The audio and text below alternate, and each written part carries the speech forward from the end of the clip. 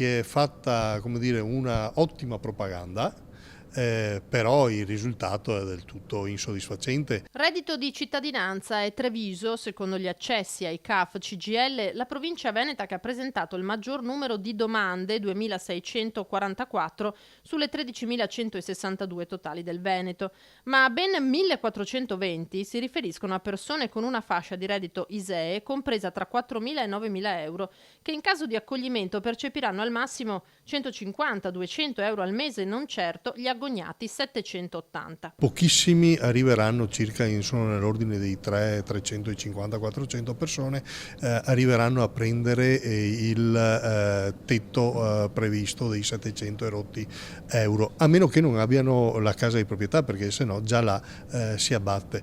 I rimanenti avranno un riconoscimento del tutto irrisorio. Rimpiangiamo a sto punto il REI, che perlomeno aveva stabilizzato i lavoratori che andavano in supporto nei comuni per fare appunto questa verifica e per tentare di trovare soluzioni per chi era effettivamente in difficoltà. Ai CAF da marzo a oggi si sono presentati individui con le situazioni più varie per verificare se avevano diritto o meno al reddito di cittadinanza. Anche un soggetto che aveva in conto corrente circa 100.000 euro e così pure la moglie. Tra le cose particolari si sono rivolti a noi ad esempio soggetti detenuti, agli arresti domiciliari, soggetti che magari di fatto già a priori si poteva capire che non potevano rientrare in quanto titolari di patrimoni abbastanza ingenti, e però chiaramente tutti provano giustamente a vedere poi il calcolo e se hanno accesso a un beneficio. 1.354 invece le domande presentate a oggi per andare in pensione con quota 100,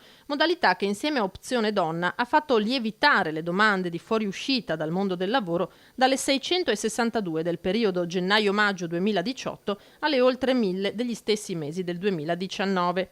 Pratiche che hanno aumentato non di poco la mole di lavoro nei patronati, che si attendono ora per fine mese un'altra ondata ancora, quella delle domande degli assegni familiari, la cui richiesta cambia modalità. Sappiamo che gli assegni familiari si rinnovano ogni anno dal 1° di luglio, quindi non c'è più la possibilità di fare la domanda cartacea e consegnare il tutto al datore di lavoro, ma si dovrà fare la domanda telematica. Gli aventi diritto si può stimare attraverso i dati dell'INPS che siano circa 21.000, ok?